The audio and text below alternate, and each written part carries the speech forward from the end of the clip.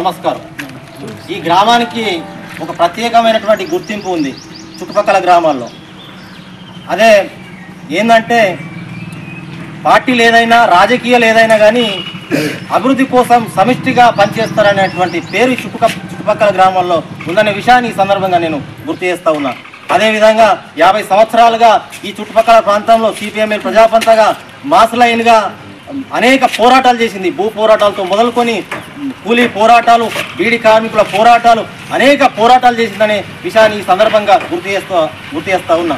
అనేక పోరాటాల్లో ఏది రాస్తారోకాలు కాదు, ఏది మన చిన్న చిన్న నిత్యావసర వాళ్ళవి జనాలవి తీర్చాలనే కోవాలో ఈరోజు చలివేంద్రం ప్రారంభిస్తున్నాం. ఈ చలివేంద్రంకి వచ్చినటువంటి మీ అందరికీ నమస్కారం. ఈ చలివేంద్రం